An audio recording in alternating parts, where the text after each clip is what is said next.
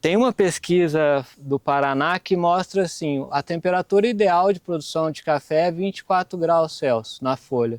A cada grau que aumenta, diminui 10%. A gente estava passando por esse momento da evasão do orgânico por causa do aumento de preço do convencional. A lavoura orgânica, que não incorpora algumas práticas sustentáveis, ela tende a sofrer muito. O meu sistema ele tem que ser economicamente viável. Se não for economicamente viável, não vale a pena. Porque eu tenho uma produção satisfatória, né? Mas a meu custo de produção acaba sendo mais baixo. Cafeitor, a gente visitou o Paulo um tempo atrás para conhecer o sistema de plantio dele, que é o sistema de agrofloresta. Nos comentários, alguns cafeicultores pediram para a gente mostrar um pouco mais das técnicas que ele usa lá. Então, bora um pouco mais aprofundar no tema, porque mesmo você não tendo intenção de trabalhar na agrofloresta, tem alguns ensinamentos que dá para a gente usar aqui na nossa cafeicultura tradicional também. E a agrofloresta é o assunto do nosso No Pé do Café de hoje.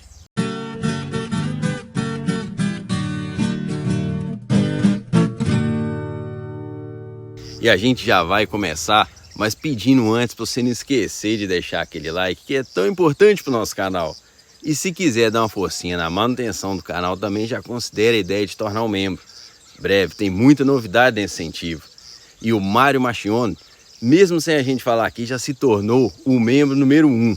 Valeu, Mário! Então, bora pro nosso vídeo. Ô Paulo, o que você planta aqui nessa floresta? Aqui, além do café, tem várias espécies nativas, tem pau-pereira, pau-jangada, mutambo, fumo-bravo, babosa branca, araribá, e tem bastante árvore aí. Que aqui é uma agrofloresta? A agrofloresta é um sistema que une a produção agrícola, no caso o café, com o componente arbóreo, florestal, né? Então a gente pode falar que é uma agrofloresta. Aqui tem um perfil mais de um café arborizado, sombreado, porque eu não produzo tanto outro alimento dentro do cafezal, é só café. Que aqui é bem fechado, tem bastante árvore, diferentes estratos, então já não sobra luz no meio da rua para plantar outros tipos de alimento. Só quando faz o esqueletamento do café. Mas pode ser considerado sim uma agrofloresta. Só para apresentar você para o pessoal, você não é um curioso do assunto, né, Paulo? Sua formação qual que é? Né, eu sou engenheiro florestal formado na Exalc e mestre em agroecologia formado na UFSCar, nesse tema de arborização de cafezais. E você está aqui no meio de uma área, até inclusive teu pai tem área aqui do lado, né? Que é café normal, tipo assim, não é agrofloresta, né? E todo mundo aqui em volta, né? Assim, eu comecei a estudar isso e aí foi o que me motivou a continuar trabalhando com a engenharia florestal. Foi quando eu descobri a agroecologia, sistema agroflorestal, fiquei maravilhado com essa tecnologia, né? E aí fui estudando, conhecer diferentes realidades, estudo de pesquisa, e aqui em casa continuou convencional. Então eu achei que a minha missão, né, era trazer isso para minha família, para minha região. Então eu resolvi voltar para o campo, vi que tinha uma perspectiva boa de trabalhar no campo, com qualidade de vida, e quis compartilhar esse conhecimento. E aí logo a gente já transformou a propriedade inteira em orgânico. E não, assim, meu pai continuou, ele trabalhava com parceria, continuou com café sem árvores, mas orgânico. E aí, 2 anos para trás, eles saíram do orgânico, agora na área do sítio só tem as minhas áreas que são orgânicas.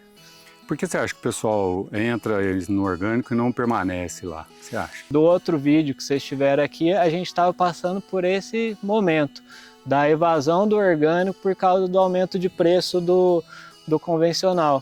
E aí o que aconteceu? O orgânico ele não tem a capacidade de aumentar muito o preço, então o diferencial entre o orgânico e o convencional não fica tão atrativo e a maioria das pessoas saíram. Aliado também à dificuldade de manejo, de estresse de lavoura, porque a lavoura orgânica que não incorpora algumas práticas sustentáveis, ela tende a sofrer muito, porque ela não tem aquela resposta rápida que tem a adubação química, né, que tem os venenos. Então ela sofre muito em tempos de difíceis manejo. Aí a lavoura orgânica que ela utiliza de técnicas de conservação de solo, né, arborização, adubação verde, biofertilizantes, ela sofre menos, porque ela tem, apesar dela não ter a química, ela tem uma grande diversidade biológica de serviços que vão ajudando a passar por momentos mais difíceis de manejo, né? Agora, por conta dessas dificuldades todas, né, dá para perceber que você não faz isso aqui pelo dinheiro.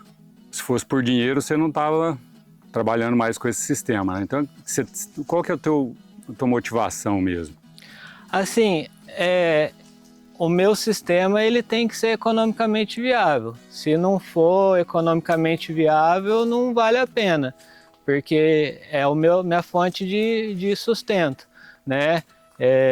Então, eu vejo que o meu manejo ele é economicamente viável, mesmo tendo produções inferiores que a produção do convencional. Porque eu tenho uma produção satisfatória, né? A gente está numa área aqui bem sombreada, tá vendo? Tem uma carga boa aqui, mas meu custo de produção acaba sendo mais baixo, por causa que eu faço uma adubação mais moderada, eu tenho uma pressão menor de praga, eu tenho uma qualidade de café boa, consigo um preço bom, e além disso eu tenho um diferencial de ser orgânico que já aumenta, né, o valor do produto.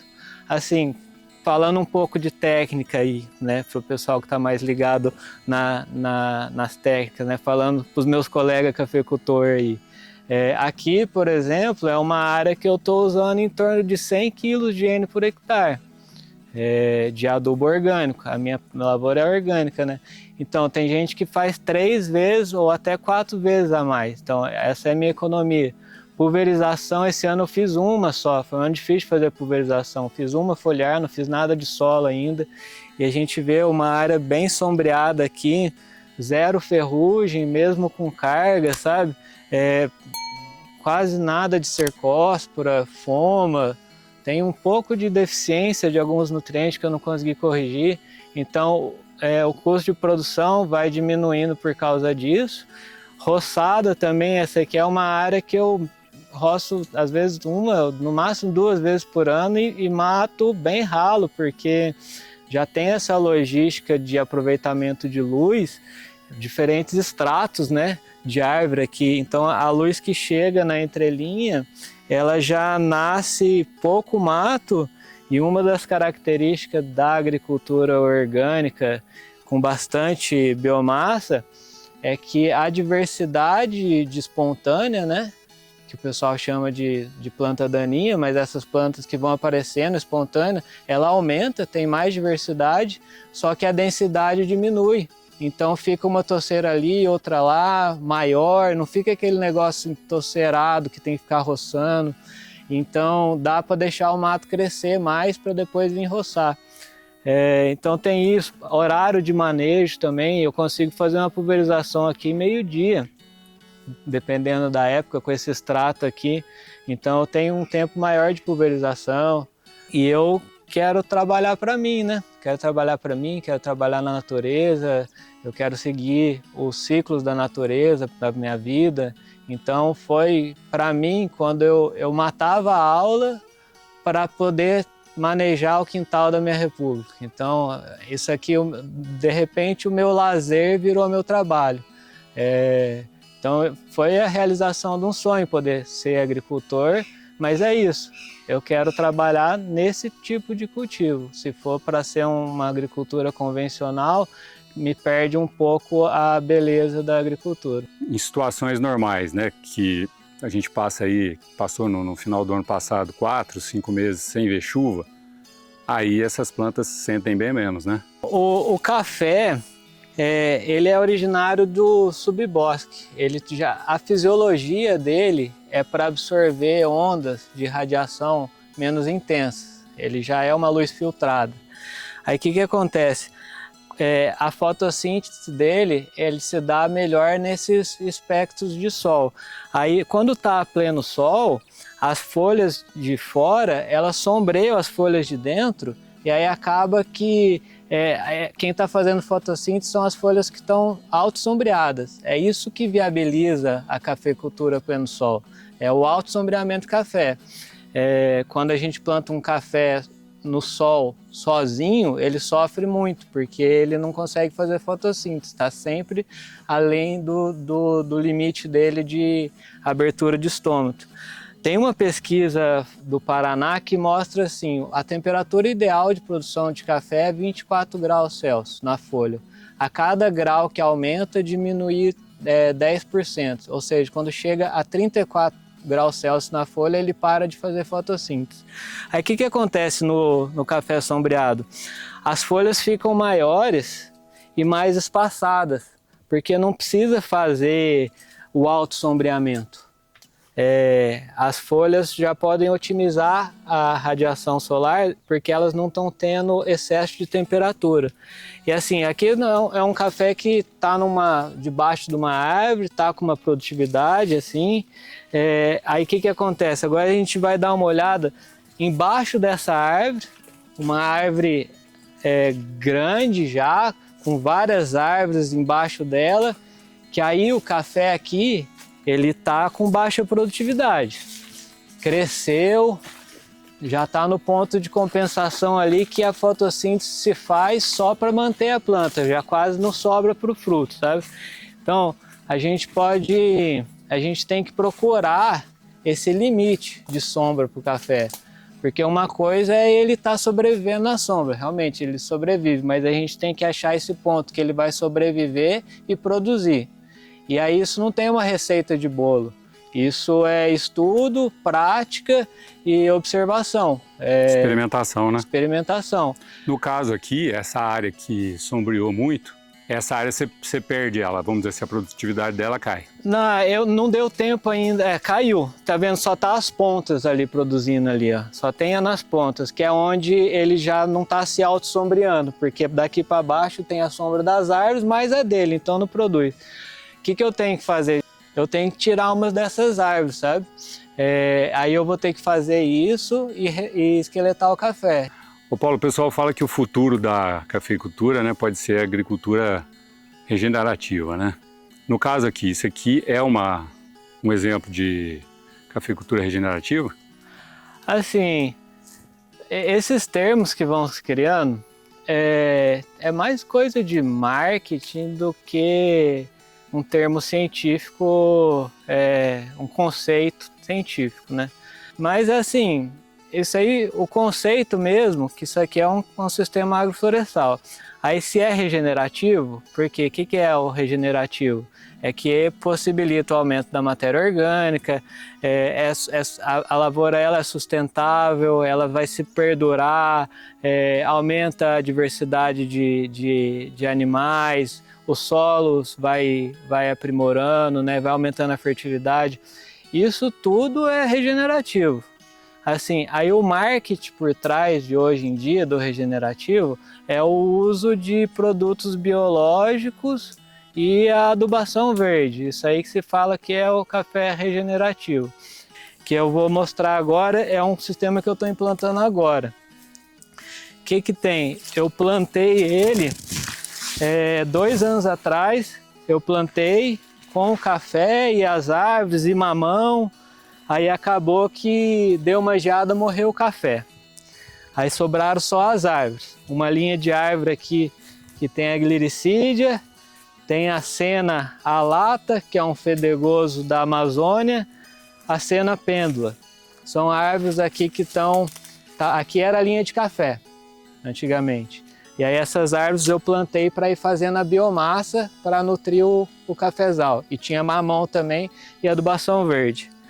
Aí o que aconteceu? Morreu e agora eu vou vir plantando café na entrelinha e já tem um milho, eu plantei abóbora aqui, fiz um coquetel de adubação verde também. Já tem 2 anos que eu estou melhorando o solo daqui.